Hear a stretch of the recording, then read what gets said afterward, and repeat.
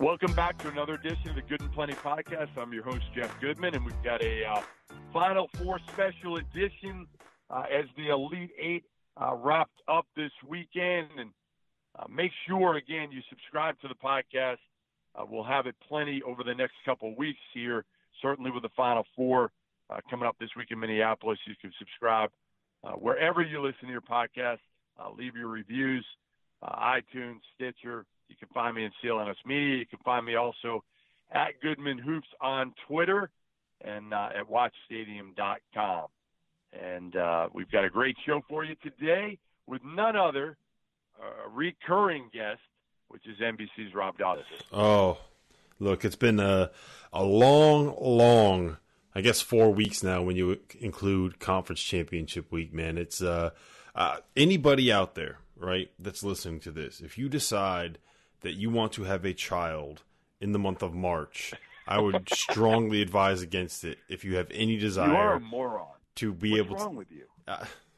Without going into too many details, let's just say that things happened quicker than we expected. All right. Well, good for you. Good for you, except in the month of March. I actually traveled the whole month. This is I just got finished with trip number 3 of 4. I just kind of break them into segments here.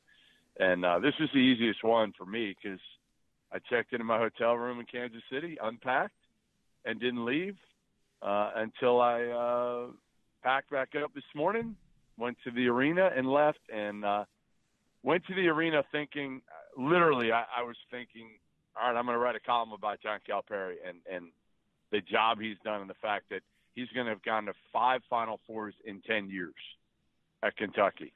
And lo and behold, that's what happens when you prepare a column before the game starts because, to me, Auburn shocked me and I think most of the college basketball world by beating Kentucky. And I don't even know how to rank the best games. Let's try that, right? The best Elite 8 games. Well, it was insane. It was insane. Number 1 is obviously going to be Purdue, Tennessee. There's nothing that's up there with the best games that I've ever watched in person. Yeah, I don't think that anything will ever come close to Villanova, North Carolina, just because of there was a 10-point comeback in the last 5 minutes, and you had the Marcus Page shot, championship game. Yeah, championship game. The Marcus Page shot, which is probably one of the 5, 6, 7 greatest shots in NCAA tournament history. I mean, the dude with under 5 seconds left hit a double pump 3 to tie the game, and then no one ever remembers that happened. So nothing will top that. And then I don't know if you can top the comeback. The game itself wasn't great, but the comeback for Illinois against Arizona in the 2005 Elite Eight when they erased a 15-point lead in the final 4 minutes and forced overtime. That comeback was unbelievable. That was a rough one for me being in Arizona alone. Right, that was kind of before I started covering college basketball. The next year was when I started really covering college basketball. So I was kind of able to be a fan at that point. That was a rough one for me. I'll admit I still have nightmares of that game. This one just had it had 2 things, Rob. It had the key moment. It had the moment you will always remember, which was obviously the play, the missed free throw from Ty Jerome, the tap out from Diakite, unbelievable pass and piece of what was his? What's his name? How did he do that? Can you say his name again? Who? Diakite? I'm tired, man. Diakite. Mamadi Diakite. Seriously. Diakite. I'm going to screw up a lot of things on this drive back home, but you're going to keep me awake. That's. I'm going to call you Jeff Goadman from now on. You could do that. It's a whole lot nicer than most people call me on wherever. I can pronounce Kihei Clark though. Yeah, that's a good one. And that freaking pass was insane because not only did he not rush it, right, and a lot of guys would have just chucked the ball on. They would have gotten the ball and they would have taken another dribble or two and thrown it up and had no chance to make it. He delivered the pass to the right guy in exactly the right spot for Mamadi, I'm going to say from now on. I'm not going with his last name. I'm just going to go with Mamadi. For Mamadi to hit the game tying shot, send it to overtime. But like it was that play was so ridiculously amazing, and Carson Edwards was just as amazing what he was doing on the other end to be able to keep Purdue in the game and really have the Boilermakers in great position to win it. That game was absolutely insanity, and I watched it from my hotel room, and I'm glad I did, because if I watched it in a bar, it would have been different. I was going to go out and meet some people at a bar, and I didn't, and I was really glad because I was able to just kind of watch it and take it in and enjoy it. Yeah, I think that what Carson Edwards did was one of, if not the most impressive performances that I can remember ever seeing, ever in an NCAA tournament. And I say that because Virginia took Purdue out of everything that they wanted to do. You know, Purdue always wants to get those like dribble handoffs. Everything that Brian Klein did in the final minutes against, who was it? Tennessee. When he got all those dribble handoffs going to his right and hit all those threes. That's what Purdue didn't get anything. That's what Purdue wants to do, and Virginia took all of that away. They took everything away that Carson Edwards wanted to do. They took all of that stuff away because they basically guarded those dribble handoffs like they were ball screens. And so what ended up happening throughout the second half was Purdue basically just like put Carson Edwards in ball screens and said, go figure something out. We're going to get everybody out of your way and go figure something out. And not only did he do that while the best defender in college basketball and DeAndre Hunter was guarding him, who, by the way, is 6 inches taller than him, he did that against the one defense that you don't want, that basically that's impossible to do again. Like, if there's any team in the country. People forget that. Yeah, yes. People forget that. You're right. So he did it against DeAndre Hunter, playing in the one defense that you can't break down one-on-one. The shots that he hit they were just absolutely unbelievable. I'm never going to forget watching that performance. I was just sitting here cackling, laughing at the shots that he was hitting. And you know what's crazy? Like Kyle Guy was doing the same thing. And no one's going to talk about that because Kyle Guy only hit 5 threes. Carson Edwards hit 10. I know. I was so jealous of the people in Louisville because I could have went anywhere. And you made the worst decision. Thinking, you made the worst decision. No, I definitely did not make the worst decision. You should have gone to Louisville. Louisville didn't look that good. Now, I've made some bad decisions over the first couple of weeks, but or maybe not bad, but not as good as I could have. But my take was like, well, first of all, if I went to Louisville, I would have had to deal with hanging with Borzello and Norlander. And that right there, that's enough not to go to Louisville because they were there. But I went to sleep and I'm like, damn it, I did it again. I made the wrong call again. A week ago, I didn't drive back to Columbia. That's right. I forgot about that. That's what I'm saying. So I could have been at the 2 best games of the tournament.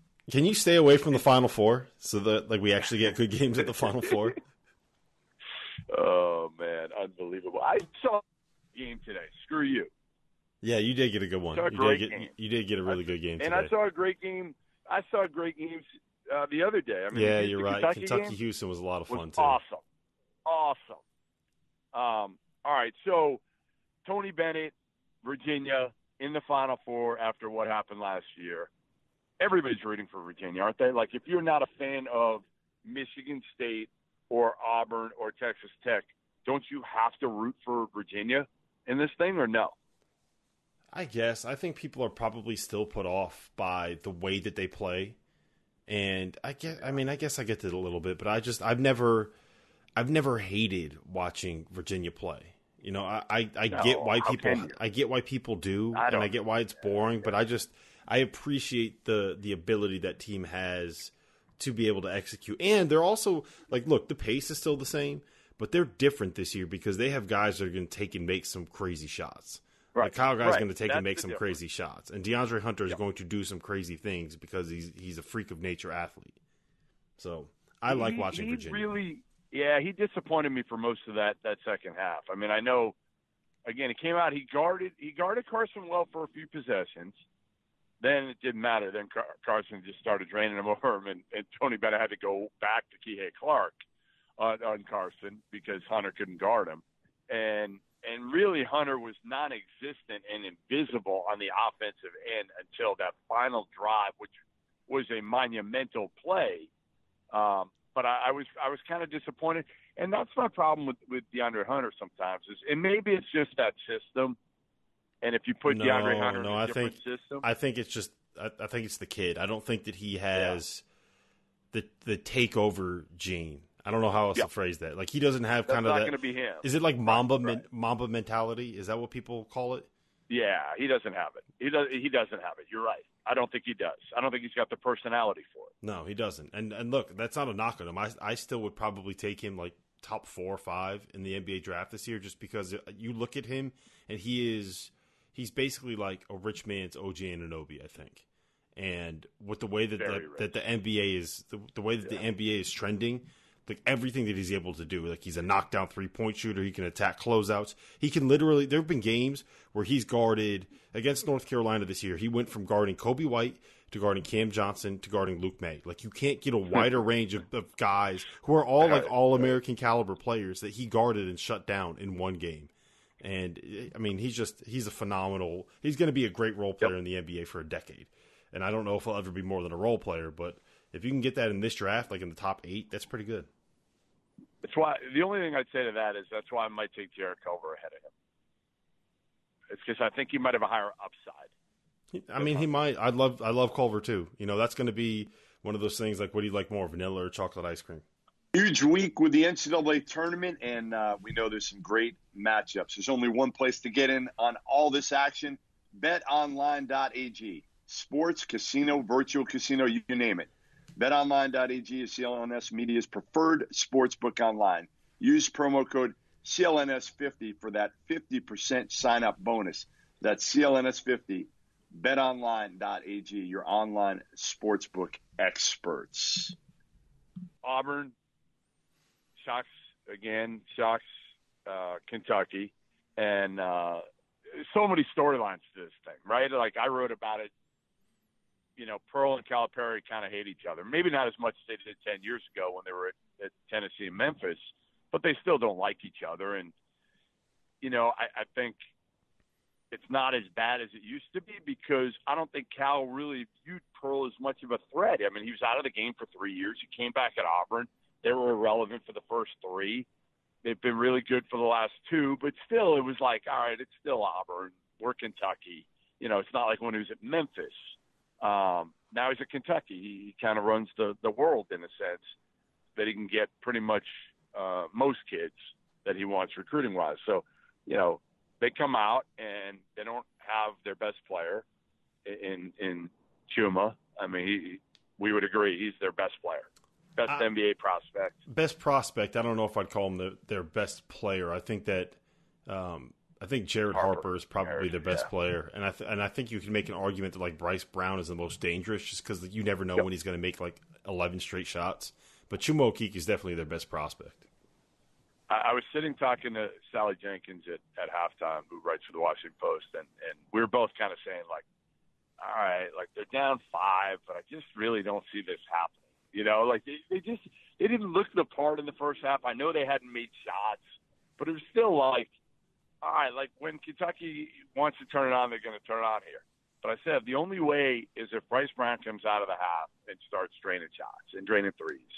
And that's exactly what happened. He did, and they got momentum, and they took the lead on that, I think, the 4-point play, and then the crowd got into it, and then you could just see it in their body language. They felt like, okay, you know what? This isn't the same team. This isn't the same game where we got blown out by 27 to Kentucky. And they had that confidence, and it was weird because, again, Bryce Brown was so good early in the second half, and then Jared Harper just freaking dominated late, like owned the game, like completely controlled every part of the game late.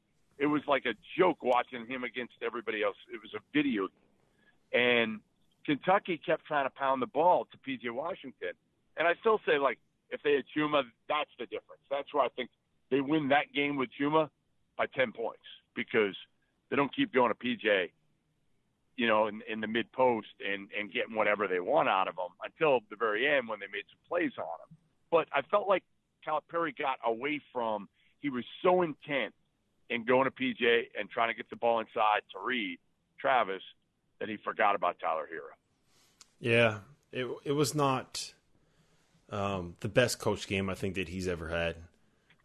But I think you guys also have to give some of the credit to, Bruce Pearl and Auburn just taking Kentucky a little bit out of what they wanted to do. I think that probably had as much impact on it as anything else. Where do you fall on this debate? I don't know where it started, but I guess people are think that John Calipari is maybe like underachieving or something like that. I don't know. Where do you fall on this debate on whether or not John Calipari is doing a good job? Out. I put out a tweet. I said, the dude's been to 7 Elite Eights in 10 years.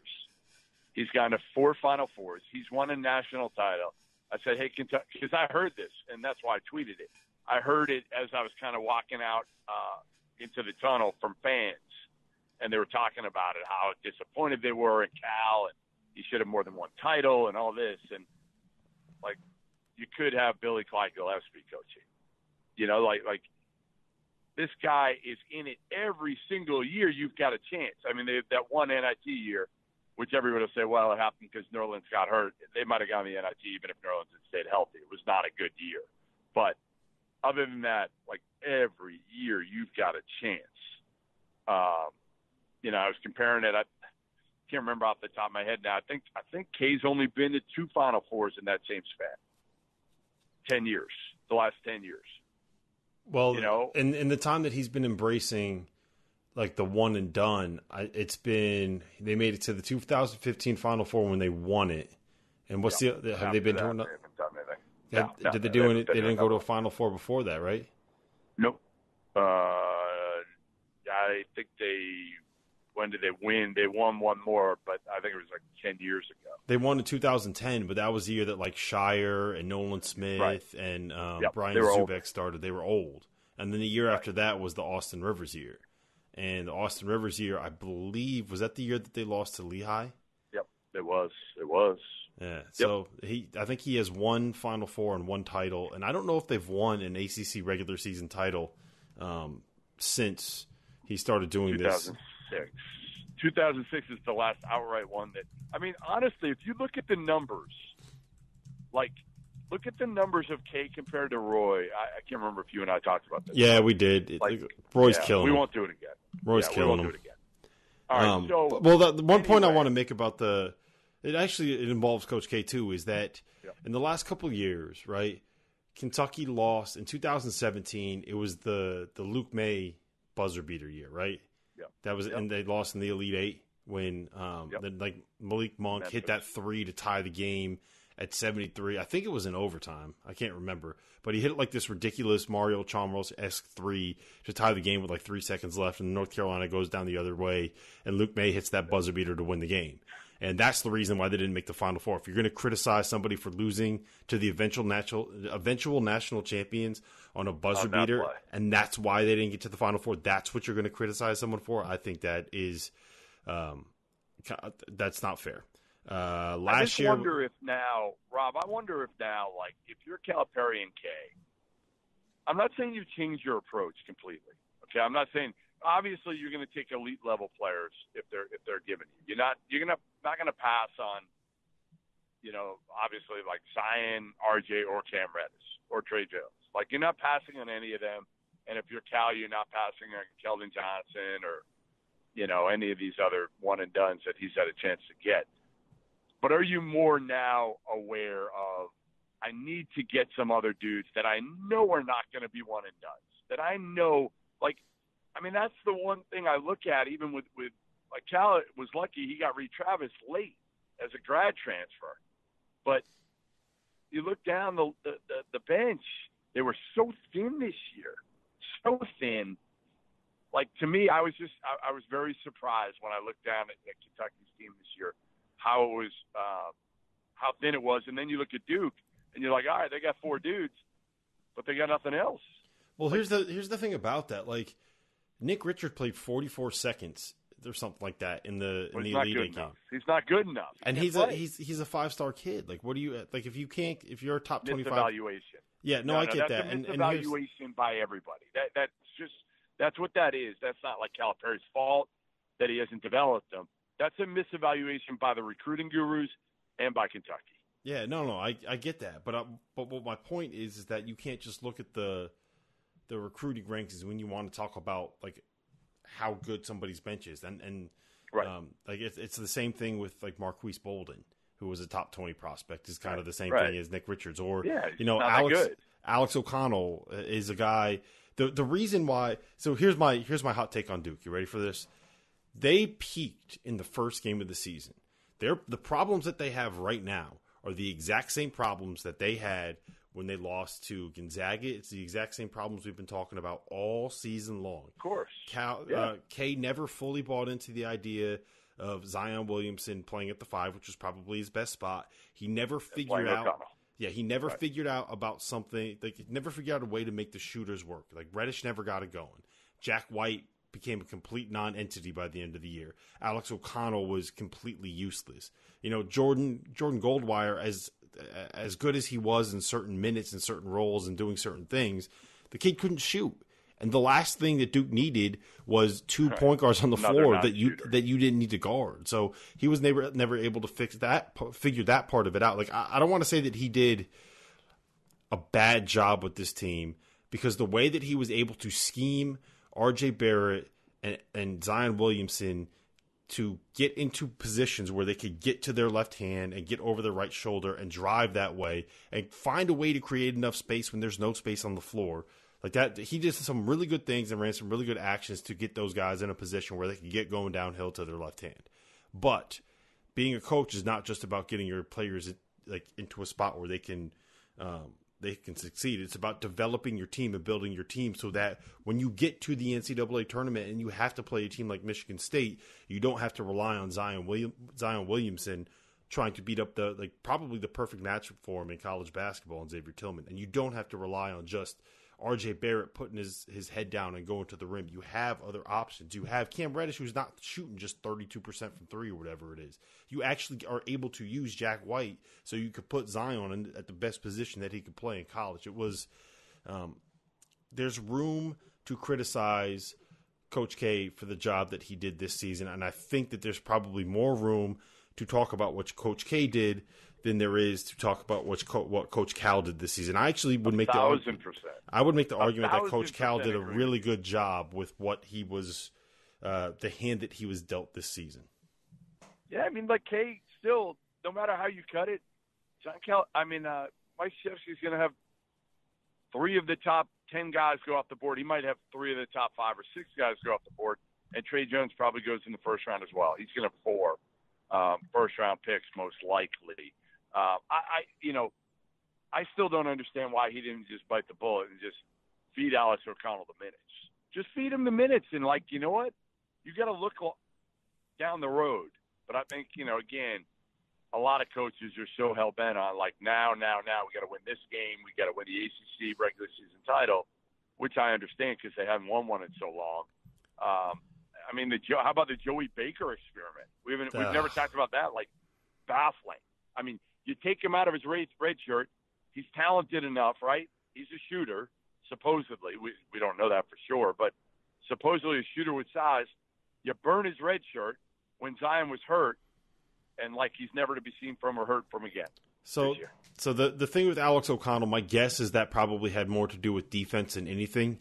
If you're going to, the reason you would play him is because you want to play Zion at the 5. But if you're going to play Zion at the 5, I think you had to have Jack White out there because R.J. Barrett and Cam Reddish are just not big enough to be able to handle 4s. And if you're asking Zion to do everything in the paint defensively, he'll be in foul trouble. Yeah, he'll be in foul trouble. And being 275 pounds and having to do all of that for 40 minutes in a basketball game is it's like he already gets winded quicker than he probably should. You don't want to have him do all of that at the same time. Okay, but RJ is 6'8".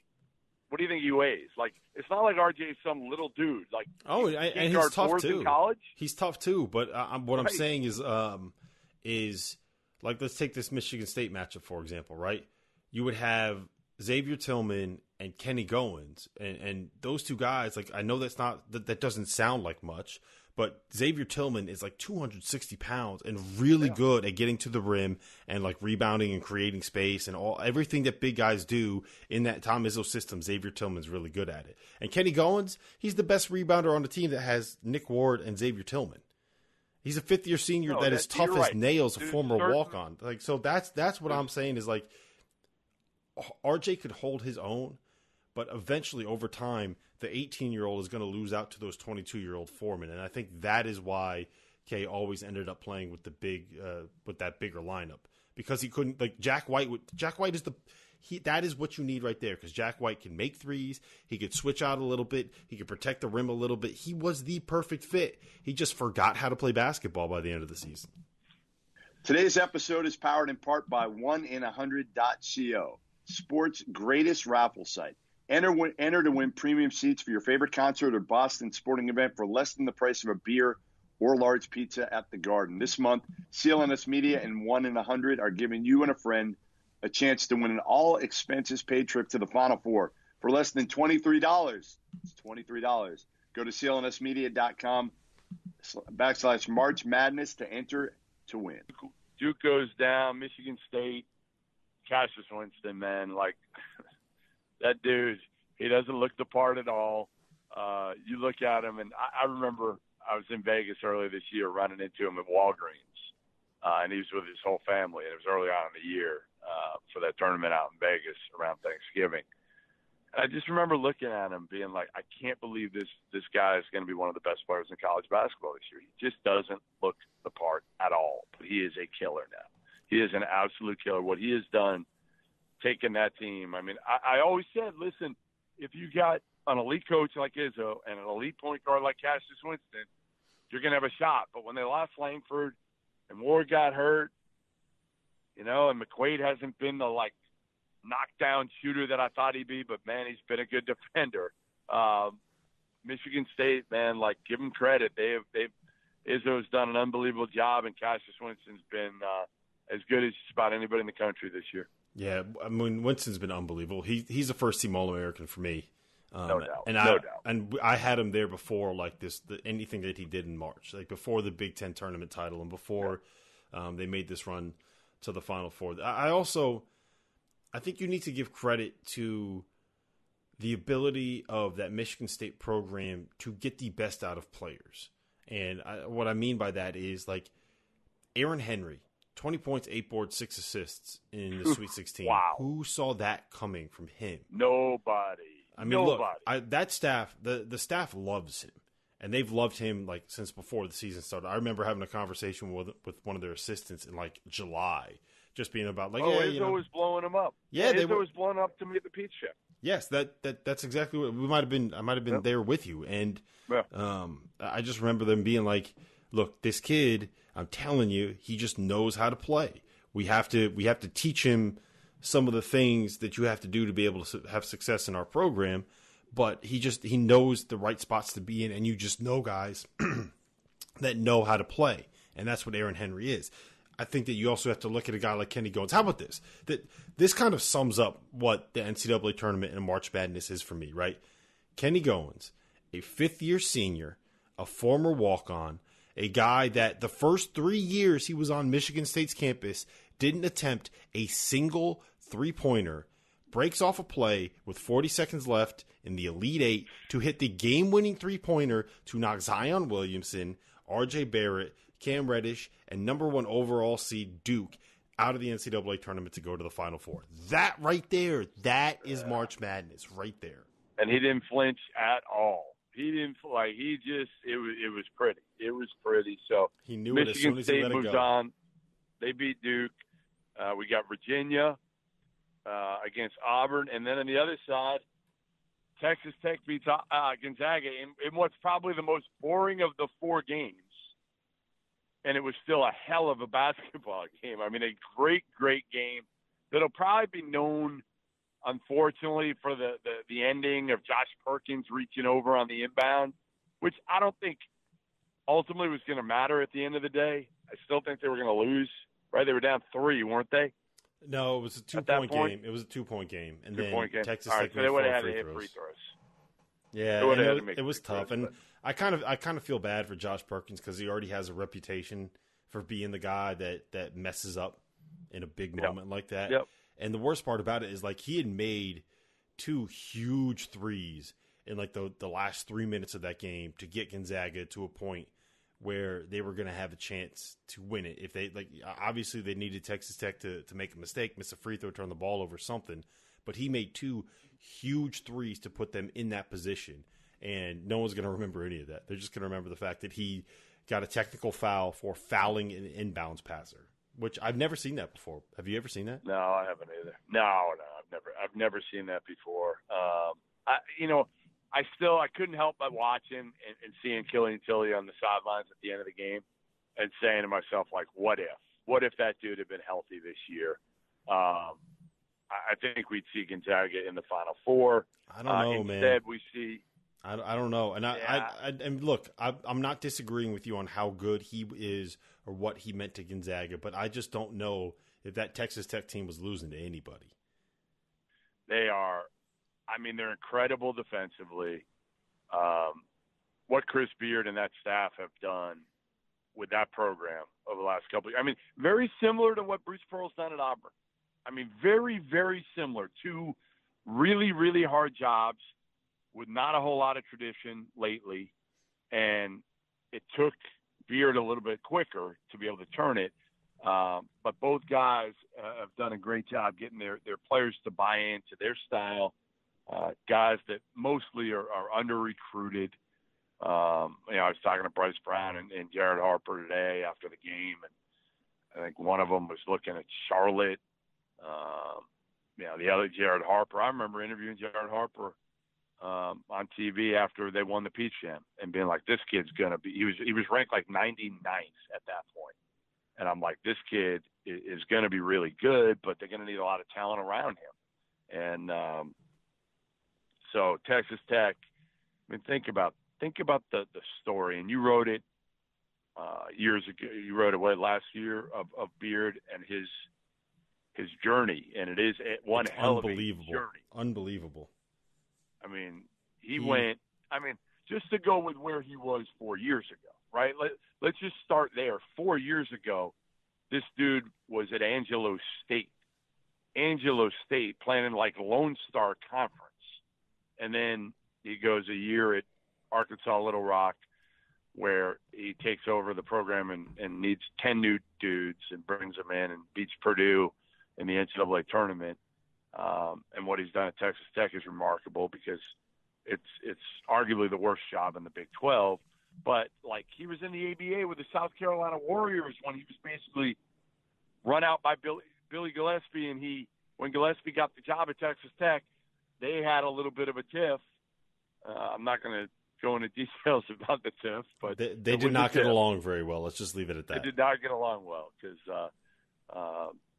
people who probably follow me on Twitter understand my problem with Billy Clyde is how he treated people. I've seen it. I've heard it way too often. I've been told he's changed, and I hope that's the case. But Chris Beard, and call somebody that everybody likes. And let's put it like this: Chris Beard was not on the wrong side of history with that one. No, hell no. And here's my favorite nugget about the South Carolina Warriors thing. So when he was let go by Texas Tech, it was sometime in late June, and at that point, like, the assistant coach carousel is basically done, especially for the high major level. And there's nothing open. And Beard actually, like, he was able to get a buyout. I forget. I don't remember what the exact numbers were, but the number that he got was big enough that going out and getting, like, whatever he could have gotten at that point, which would have been, so he was the associate head coach at a Big 12 program. He would have had to have taken, like, probably some third assistant job at a mid-major somewhere where in all likelihood he's looking for another job in like 9 months. So what he decided to do was, like, I mean, he's got 3 daughters. I think he had 3 daughters at the time, and that buyout money, like, he needed that money to support his family. So he's like, I'm not going to give up that money. So he knew, Matt Painter knew a guy that was starting a professional team out there. Matt Painter played AAU ball with Pat Knight. They were really close. Obviously, Pat Knight and Chris Beard worked together, so they made that connection. And the guy that owned this South Carolina Warriors team hires Chris Beard, and when he hired him, that team didn't have a single player on the roster. Nobody. They weren't even a team. The GM and coach. He was the GM. He was everything. He was everything. And he probably was the starting point guard at the time because they didn't have a player on the roster. They didn't have a gym to play in. Everything about the ABA is just nuts too. I didn't realize this, but you get an extra point. If you get a steal in the backcourt and you go and you score, you get an extra point for that. Players aren't allowed to foul out. You get 4 points for shots that are made. I think it's behind half court. We need to quiz. You know what we're going to do this week? We're going to quiz Beard when he's on the podium about the rules of the ABA. We're going to read up on it. That's a great idea. And we're going to quiz him, and we're going to see how much he remembers. I bet he remembers every single rule. He strikes me as that kind of guy. He might. Beard, man. Beard's a riot. Different dude, but I can't wait to see who UCLA goes after now. Is it going to be Beard or Bruce Pearl? If I was UCLA, I would go after Bruce Pearl, and I know he's got the baggage, and I know there's all that other stuff. But that's what I was going to say. The baggage that he has, it's the same as Kelvin Sampson. It's stuff that it's barbecue. It doesn't Who really gives matter. A yes. shit? He had Aaron Kraft at a barbecue illegally. Yes, he lied about it. That's why he got in trouble. People don't understand that. He's got all these violations. Well, it's because he lied to him. The thing that might get them a little concerned. Chuck Person stuff. Chuck Person. The Chuck Person stuff. Agreed. Yep. I would agree. And I don't. But he pled out now, so you're kind of clear in a way of all this because Chuck Person pled guilty. So. And took a plea deal. Well, so now there's going to be no trial. But it's not just that. If he pleads guilty, then he's basically pleading guilty to an NCAA infraction. And if he's pleading guilty to an NCAA infraction, since everything that happens in your house is your crime, that's something that probably could come back to bite Bruce Pearl. That said, would that keep UCLA from hiring Bruce Pearl? And I don't know if it would. Is that something that could get Bruce another show cause? No, I don't think so. I think the only thing it could do is, and I think all these coaches, a lot of them are going to get hit with this, it's just kind of the coach's control type deal. Exactly. Head coach's control, where they get hit with, a 15-game suspension, depending on what the NCAA wants to do. And then, that it could hold a program back from hiring Bruce Pearl, absolutely. It wouldn't shock me, but it also wouldn't surprise me if UCLA goes after Bruce Pearl. I also don't think – if I'm Chris Beard, I use UCLA to get me a raise if I get offered that job because I don't think Chris Beard coaching fits West Coast kids. No, I just don't think the what he's going to be asking from his players, the style that they play with, the mentality that program has, that everything is built on toughness and physicality and defense and all of that. That's not what you're going to get out of West Coast kids. He got to 3 Final Fours. Yeah, but it's different. I don't think that I would want to try to rely on that to be able to win. Let me put it like this: there's no reason to jump to UCLA when you have Texas Tech going the way that it's going. They're going to bring a lot of talent back. They got that top 50 kid that was sitting out. They have more talent coming in. No. Listen. Wait. You're telling me you're going to turn down UCLA to stay at Texas Tech. I'm going to turn down UCLA and wait for a different job to go to. Fine. Maybe that's the fair. One down the road in Austin, if that ever opens up. That's what I'm saying. He was a grad manager. I don't think that I don't think UCLA is the right job. And if you're at Texas Tech right now and you have that thing rolling, you don't need to go and jump and get. But anything. Why is Texas such a good job? They don't even care about basketball. I don't understand that part of it, that people think Texas is this unbelievable job. To me, if I'm Chris Beard, I'm waiting for Arizona to pop. Maybe. But here's the other thing. Did you think they cared about basketball in Lubbock until he got there? If he gets to Texas and he gets that thing rolling and they have a fun program and you have those fireside chats and you have a program that's putting out these videos of them playing – blasting music in the locker room. Everything about that program is fun, and they're winning. I think that would put people in seats. The dude gets it. Yeah, I'm not saying he definitely gets it. And I'm not saying that he's going to end up having what is the Irwin Center. I'm not saying the Irwin Center is going to turn into the toughest home court in college basketball. That's not what I'm saying. What I'm saying is that if he gets Texas to being a team that's a top 10 talented team again, then you're probably going to get butts and seats, at least more butts and seats than you have right now. Yeah, no, I would agree with that, obviously. I mean, I think he's a hell of a coach. I mean, I've gone back and forth on this, and Borzella ripped on me for it, that I've picked like 8 guys as National Coach of the Year. But I have a hard time picking between the 3 right now. I mean, I've said Beard all year. Like, Beard's been my guy all year. But Matt Painter and Bruce Pearl have to be right there, don't they? Yeah, I would rank them – probably I'd rank them Painter, Beard. Well, the way that I ranked them before the tournament started was Painter and Beard co-coaches of the year, and then Sampson, Kelvin Sampson at number 3. He'd be 4 for me now. He'd be 4. I mean, you got to move Bruce. He's got him in the Final Four. Like, how do you? And he won an SEC tournament title. Yeah, like he wasn't even in the conversation for me at the time because they were like a 5 seed. Struggling. They didn't even get the double bye in the SEC. Yeah, absolutely amazing. All right, so before we and we're going to do another pod, you and I, and we might do a couple. We might make it a nightly affair. Who knows? We might do it from a bar drunk. Maybe, man. Maybe. That might be the move. So, Zion, yeah, that might not be the way to go. But Zion is gone. Like, Zion is gone. You think he declares? Kentucky I don't know. Is gone. I don't know. I don't know if Zion ends up going pro. You don't think so, huh? I don't know. We'll see. So. We'll see. We're going to have to wait for the announcement. But how about CBS? They lose Zion and Kentucky on the same day.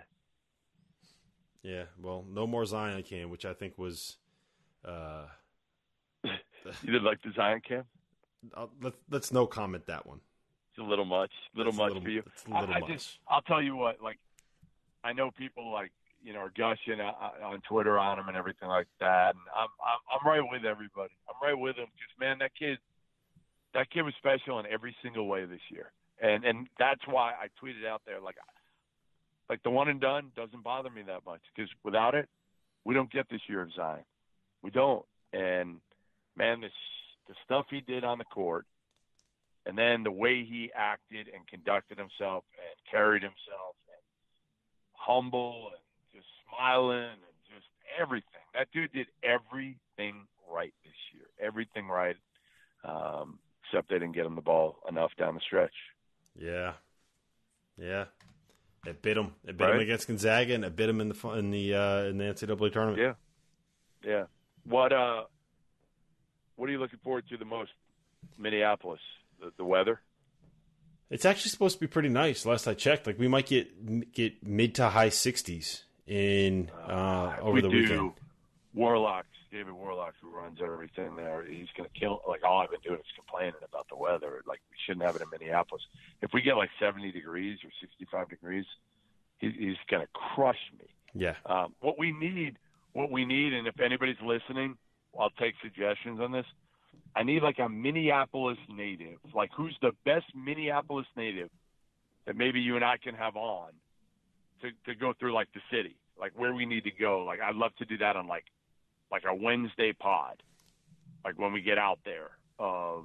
Myron Metcalf got to be right. Myron Metcalf. No, Myron's good, but like I'm talking like Troy Bell, somebody like that. Tyus Jones. Who? Tyus Jones. Yeah, Tyus could do it. Do you think he's going to want to talk about college basketball now that his brother's been knocked out? No, Tyus is like as class as it gets. He'll do it. He would totally do it. We could do Reed Travis. Oh, no, Reed Travis got knocked out too. Oh, well. Reed did get knocked out. By the way, I've never seen a kid. Have you talked to Reed Travis in person ever or no? Yes. I have never seen a kid have better eye contact with anybody they talk to than Reed Travis. It's unnerving. Ever. Not even a kid, any human being on the planet, like Reed Travis, right? It makes you feel less of a man when you talk to Reed Travis. It throws you off because you're just sitting there and you're staring at him, and he never breaks eye contact. And it's really hard to because you want to glance down, like if you have a list of questions or whatever, and it just kind of throws you off because you're sitting there, you're just staring straight in his eyes, and he's staring straight back at you. It's hard, man. It is. I don't know if he does that intentionally, just to alpha you. I think that's what it is. Like he's just look, I'm the captain now. I'm the boss. I don't think that's what it is. I just think he was taught. I think he told me the story who he was taught by. Maybe it was his high school coach or somebody. but he was just taught to lock in, and it's kind of a sign of respect, and pretty damn impressive. So they got off the topic a little bit. So anyway, all right. Well, listen, be sure to subscribe. Good and Plenty podcast. It comes out, I don't know how many times we'll have it this week. Could be every night, like I said. Just probably depends how much we're drinking and having fun in Minneapolis. And if it's snowing, we might be more apt to, have another podcast. So keep tabs on Good and Plenty podcast. We'll tweet it out. You could certainly, again, subscribe on iTunes and wherever you listen to your pods. And Rob Dauster and I will be back, I'm sure, often throughout the week in Minneapolis. If you have any suggestions, definitely let us know. Robert, thank you for joining us again. And I will see you later this week in Minneapolis.